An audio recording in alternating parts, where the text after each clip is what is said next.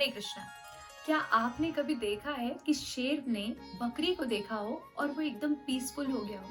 नहीं? तो आज की स्टोरी में आपको पता चल जाएगा ये कैसे हुआ।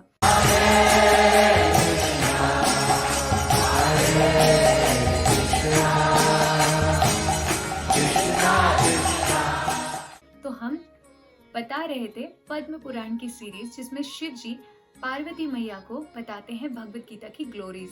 अब तक हमने पहले अध्याय की ग्लोरी समझ ली है और हमने भगवत गीता के वर्ड्स की वैल्यू भी समझ ली है।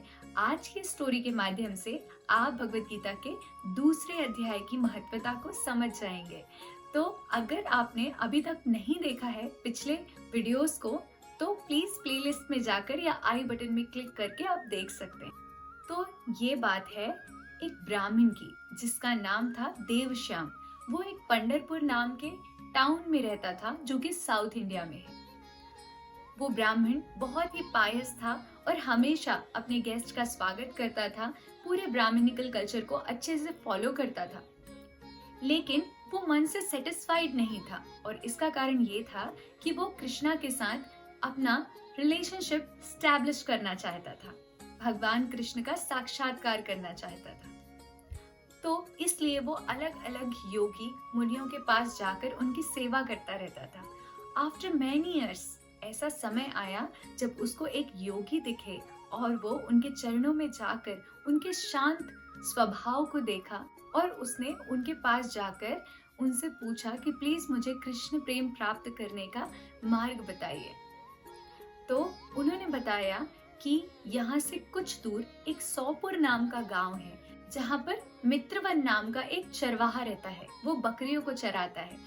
वो गॉड रियलाइज्ड है, उससे जाकर तुम ज्ञान प्राप्त करो। ये सुनकर देवश्याम बहुत ही ज्यादा प्रसन्न हो जाता है और उन योगी को बार बार दंडवत करके और फिर जाता है सौपुर की ओर। वहां जाकर वो देखता है कि मित्रवन रिवर के किनारे एक पत्थर पर बैठे हुए हैं और बहुत ही मनोरम वातावरण है। उस नदी की कल कल करती आवाज सुनाई दे रही है, पक्षियों की गूंज सुनाई दे रही है और बहुत ही शांत वातावरण है। वहां पे फेरोसियस जानवर जैसे कि शेर वगैरह भी रहते हैं, लेकिन फिर भी बकरियां बड़े शांत मन से बिना डिस्टर्ब हुए आराम से विचरण कर रही हैं। ये सब देखकर देवश्याम का मन बहुत ही ज्यादा पीसफुल हो जाता है। उसको बहुत ही ज्यादा आनंद की अनुभूति होती है। उसके बाद वो मित्रवन के पास जाकर उनको प्रणाम करके और पूछता है कि कृपया मुझे मार्गदर्शन कीजिए कि किस प्रकार से मैं भी भगवान का रियलाइजेशन कर सकता हूँ।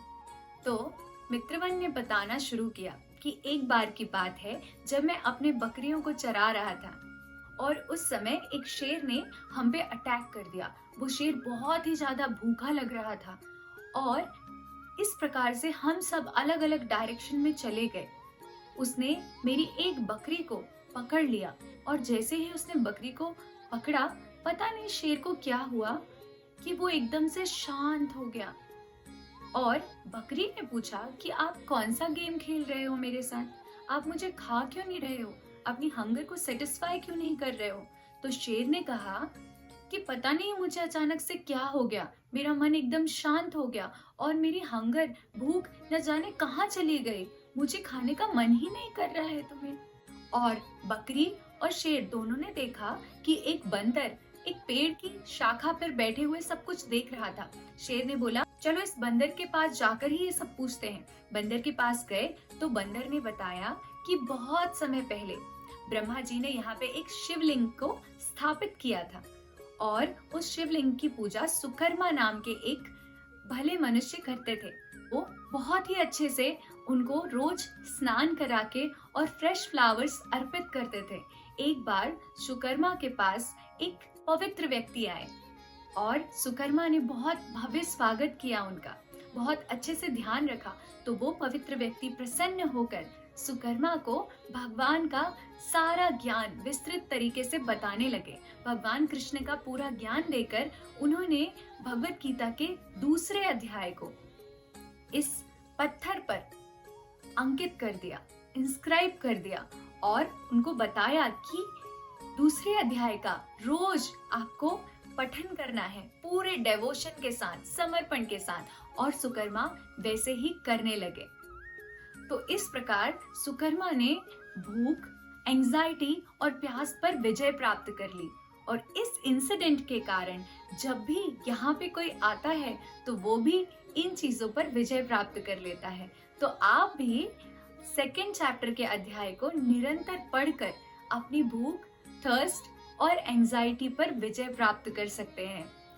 ये सारी बात मित्रवन ने देवश्याम को बताई और उस प्लेस पर ले गए जहाँ पर स्टोन में सेकेंड चैप्टर अंकित था। देवश्याम ये सुनकर बहुत ही आनंदित हुए और अपने घर पंढरपुर वापस आकर वो भी दूसरे अध्याय का निरंतर श्रवण, चिंतन और कथन करने लगे। तो हम सबको भी दूसरे चैप्टर की ग्लोरी इस प्रकार से भगवान शिव के माध्यम से पता चलती है। हमें भी ये जरूर करना चाहिए। देहिनो अस्मिन् यथा देहे कौमारम यौवनम जरा तथा देहांतर प्राप्तिर धीरस्तत्र न मुह्यति।